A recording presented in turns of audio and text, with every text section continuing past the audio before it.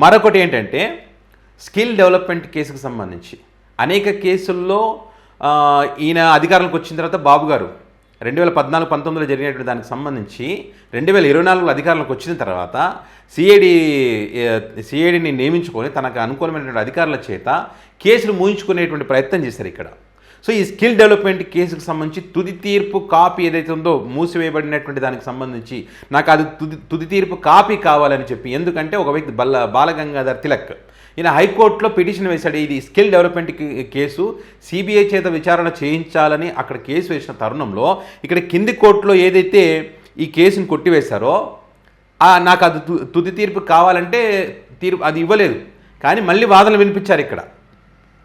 ఇక్కడ తప్పు జరిగిందనడానికి ఇప్పుడు ఏమైంది, ఇక్కడ 2024 ఈయన అధికారంలోకి వచ్చిన తర్వాత సిఐడి తన చేతిలో ఉందని చెప్పి సిఐడి చేత మిస్టేక్ ఆఫ్ ఫ్యాక్ట్స్ అని చెప్పి, అంటే ఈ కేసులో పొరపాటు జరిగిందని చెప్పి సిఐడి ఏసీపీ కోర్టులో, విజయవాడ ఏసీపీ కోర్టులో క్లోజర్ రిపోర్టు వేసింది కేసును కొట్టివేయాలని చెప్పి.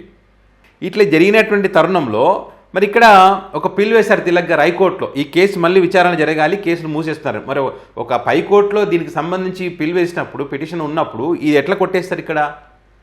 కాబట్టి ఇప్పుడు ఏమంటారు, సుప్రీంకోర్టు మార్గదర్శకాలు కూడా ఉన్నాయి, దాని అనుసరించి ఖచ్చితంగా విచారణ జరగాల్సిన అవసరం ఉందని చెప్పి బాలగంగాధర్ తిలక్ తరఫు అడ్వకేట్స్ కొన్ని ఎగ్జాంపుల్స్ మరి కోర్టులో చూపించిన తర్వాత అప్పుడు దీని ఖచ్చితంగా ఈ తుది తీర్పుకు సంబంధించినటువంటి ఫైల్ మీ చేతికి ఇస్తామని చెప్పారు. ఎందుకంటే ఆ ఫైల్ ఇస్తేనే అక్కడ హైకోర్టుకు వెళ్ళినప్పుడు అది చూపించడానికి అవకాశం ఉంటుంది. ఏం జరిగింది, ఏంటి, ఎందుకు కొట్టేశారు, ఎందుకు క్లోజ్ చేశారు, ఇలాంటి మొదట్లో ఎందుకు తప్పులు అప్పుడు నిరూపించబడినటువంటి కేసు ఇప్పుడు ఎట్లా తప్పు అవుతుంది, అధికారంలో లేనప్పుడు తప్పు చేశారు, అధికారంలోకి వచ్చిన తర్వాత అది తప్పు కాకుండా పోతుంది అనేటువంటి అనేక అంశాలు ఉంటాయి కదా.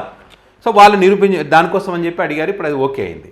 అంటే స్కిల్ డెవలప్మెంట్ కేసు కొట్టివేయబడింది అని ఏదైతే అనుకుంటున్నారో ఇది ఇంకా కథ ఇంకా ఉంది, ముగియలేదు అనడానికి ఇది ఒక ఎగ్జాంపుల్. హైకోర్టులో దీనికి సంబంధించి మళ్ళీ వాదించేటువంటి అవకాశం ఉంది.